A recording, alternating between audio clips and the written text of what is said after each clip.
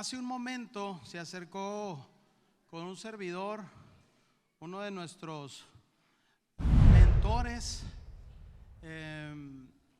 uno de nuestros maestros en la Facultad de Teología, y nos comentó, dice: pastor, hay un libro que se llama Líderes Emergentes, que tiene una descripción muy sencilla y básica de los procedimientos que los ancianos pueden revisar y pueden servirles para ejecutar pues prácticamente las funciones de servicios básicos en la iglesia. Ese libro no estaba en los regalos para los que llegaron temprano. ¿Cuántos llevaron un libro de obsequio cuando llegaron temprano? A ver, levanten la mano. Varios. No estaba tampoco en la bolsita que recibieron, porque ahí viene otro valioso libro. Pero el libro de Líderes Emergentes, la pregunta: si hubiera la posibilidad de conseguirlo, ¿a cuántos les gustaría tenerlo? A ver, quiero ver sus manos. Muy bien. Así que hoy, al salir, en unos momentos más, lo mandamos a traer. Así que al salir lo van a poder llevar. Quiero decirles que ese libro, en cierto momento en la historia de la Facultad de Teología, fue utilizado como parte de los libros de texto. Y créanme, lo estudié en su tiempo, lo apliqué, lo conservo todavía, y ha sido, junto con otra serie de libros, han sido una verdadera bendición. Así que vamos a tenerlos en un momento más. Lo que vamos a hacer ahora tiene que ver con preguntas. Vamos a analizar 4 preguntas muy sencillas. No les voy a dar la respuesta. Vamos a hacer grupos por mesas, así como estamos. Las mesas grandes, 2 grupos. Las mesas chicas, un solo grupo es suficiente. Y si en la mesa grande solo hay un segmento, pues se acercan para tener un solo grupo. Vamos a discutir estas preguntas. Después vamos a dar tiempo para que 1 o 2 personas nos den una breve respuesta y vamos a hacer nosotros un comentario. Voy a pedirle allá a producción que pongamos la primera pregunta. Son preguntas básicas.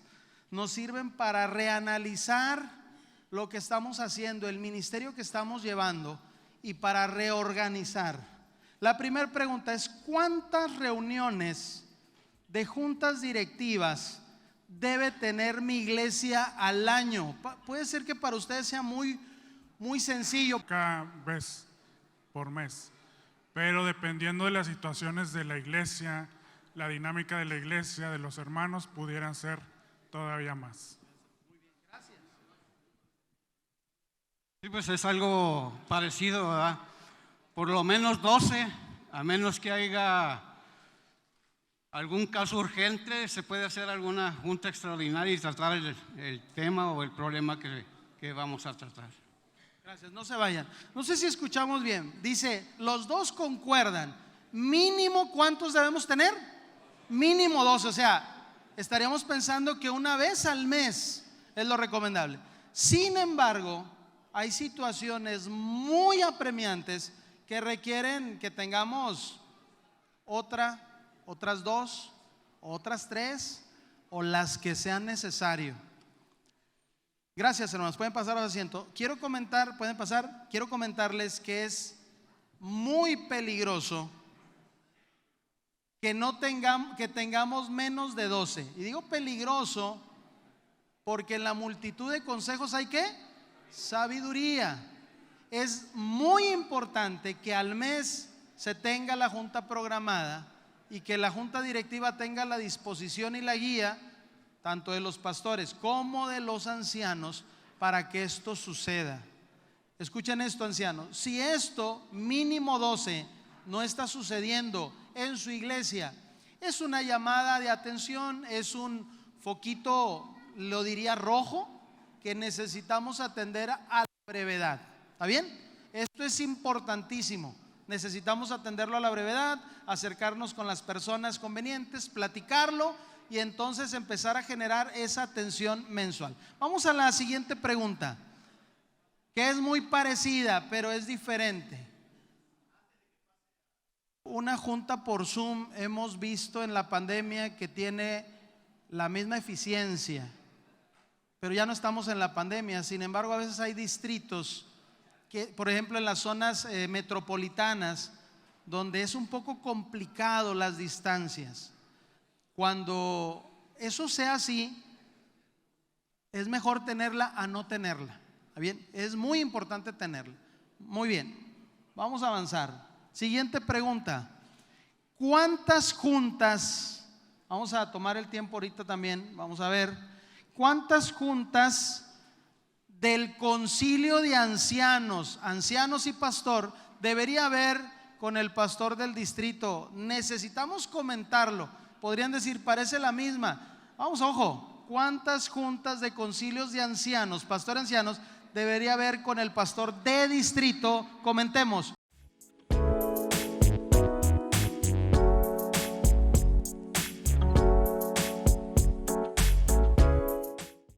Vamos a escuchar. ¿Cuántas juntas del concilio de ancianos, el pastor y los ancianos, debería haber con el pastor, en este caso con el pastor de distrito, perdón? Muy buenas tardes a todos, soy Manuel de la Iglesia Portales. Estábamos platicando aquí en la mesa que nos tocó, que coincidimos que sean las mismas, las 12 que comentaron los compañeros anteriormente, y se tiene que programar antes de la junta para ver todos los temas. Se pasa posteriormente a nuestro pastor y ya tenemos la junta programada. Entonces estamos hablando de que si hay 12 juntas al año programadas, debe haber 12 de ancianos, y si hay extras, debe haber también de ancianos. Muy bien, ¿cuántos están de acuerdo con esto? Muy bien, gracias. Quiero decirles, hermanos, que es sumamente importante lo que acabamos de mencionar. Los distritos en esta zona del país son no muy grandes, son distritos máximo 8 iglesias, y que se están por dividir para que haya una mejor atención.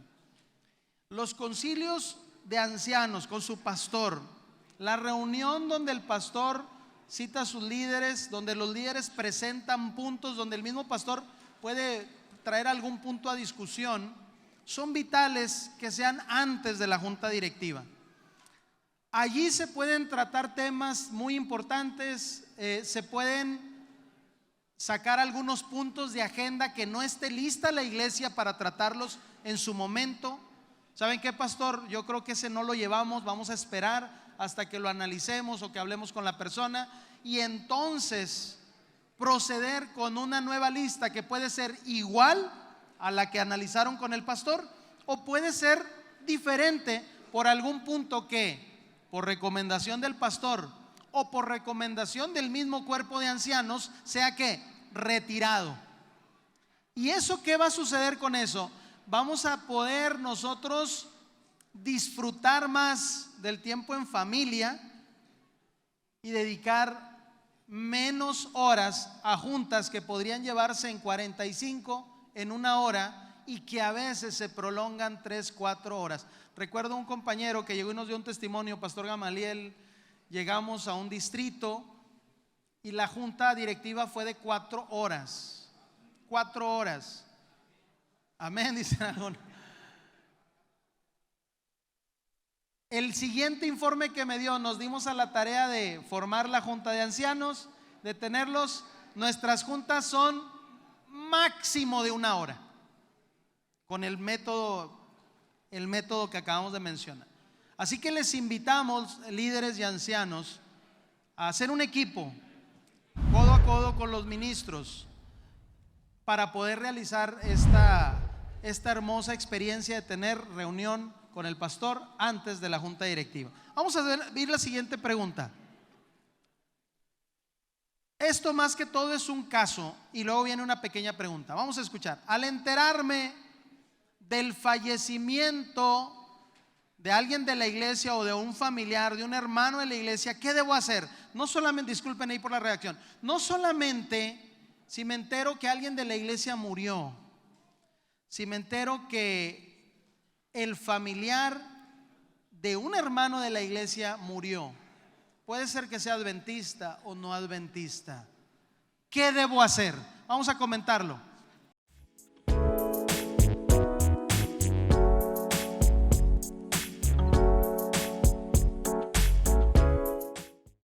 Vamos a escuchar, vamos a guardar silencio. Acabó el tiempo de comentar. Vamos a darle la palabra a nuestro hermano. Díganos. Martín Naranjo, de Las Lomas.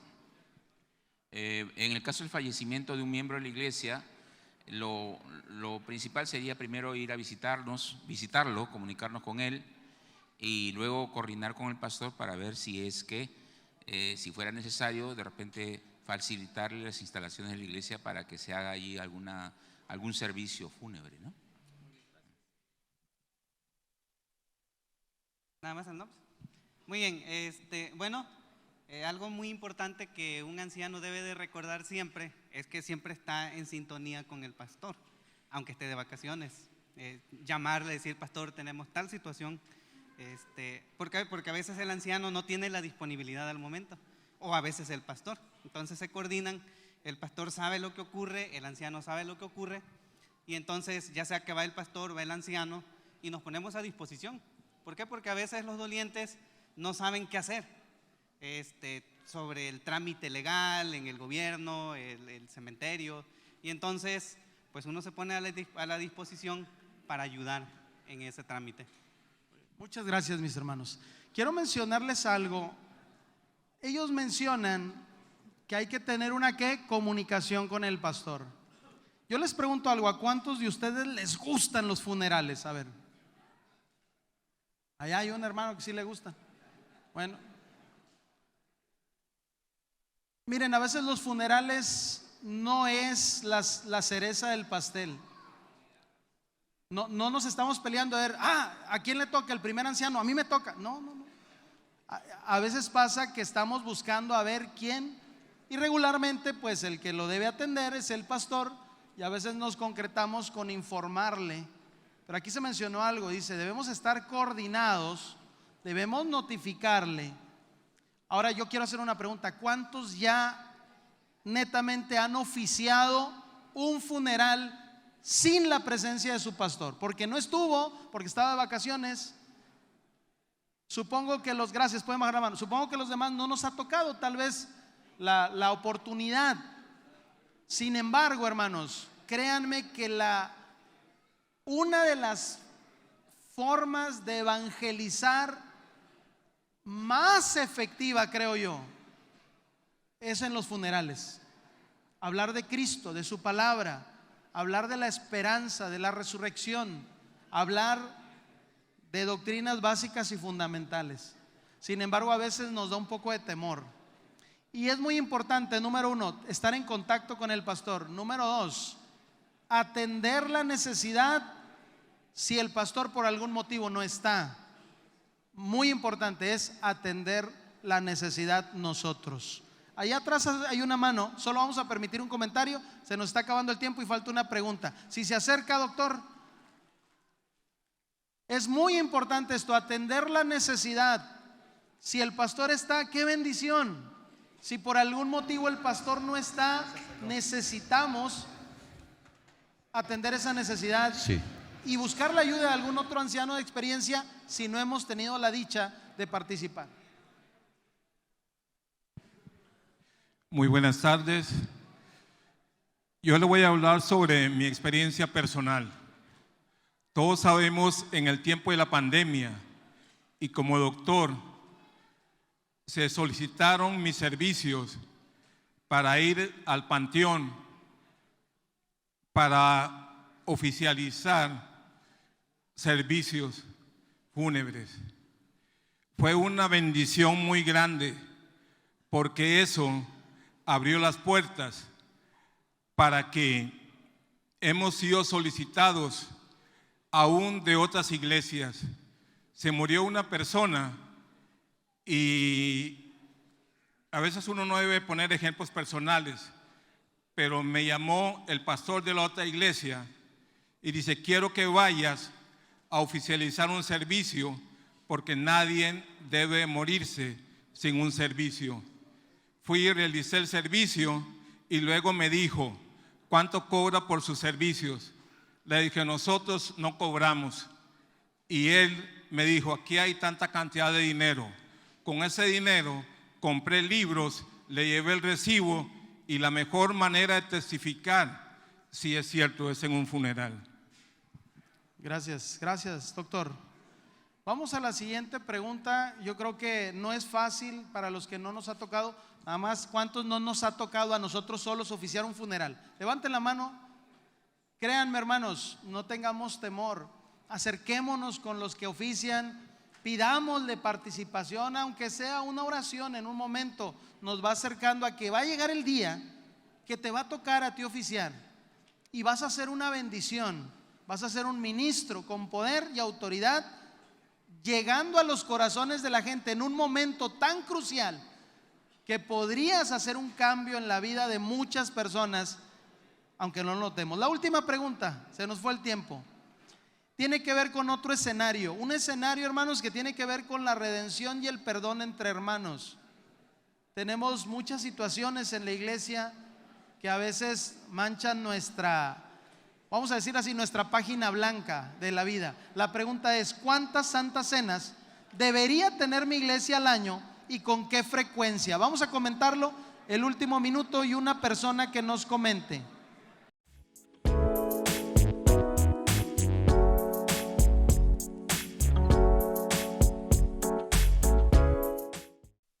Bueno, yo soy María de Jesús López, de la Iglesia de Vicente Guerrero del Distrito del Centenario. Nosotros programamos 4 santas cenas al año. Es cada segundo sábado de cada tercer mes. Es el mínimo que debemos de tener. Y si las iglesias son más grandes, debemos tener más. Gracias, hermana. Buenas tardes, mi nombre es Eber Miguel, somos de la iglesia de Gil de Leiva y hemos platicado que debe ser cada 4 meses o podría ser con un mínimo de 2 por año. Muy bien, estás hablando de 2 mínimo y por lo menos 3. La hermana mencionó, si entendí bien, un al trimestre, 4. Ahora miren, me parece muy buena opción tener un al trimestre. Hay iglesias, hermanos, no voy a pedir que levanten la mano, que no tienen una al año, que no realizan y que a veces pasa 2, 3 años y dicen, pastor, pues el pastor anterior no nos organizó para tener, así que tenemos 3 años de no tener Santa Cena. Eso es algo triste, porque parte de nuestras funciones como ancianos es fomentar que nuestra iglesia, lo ideal, escuchen esto, hermanos, lo ideal sería que ¿cuántas veces tuviéramos? 1 por trimestre. Es más, eso sería fenomenal. Si no, pues cada 4 meses.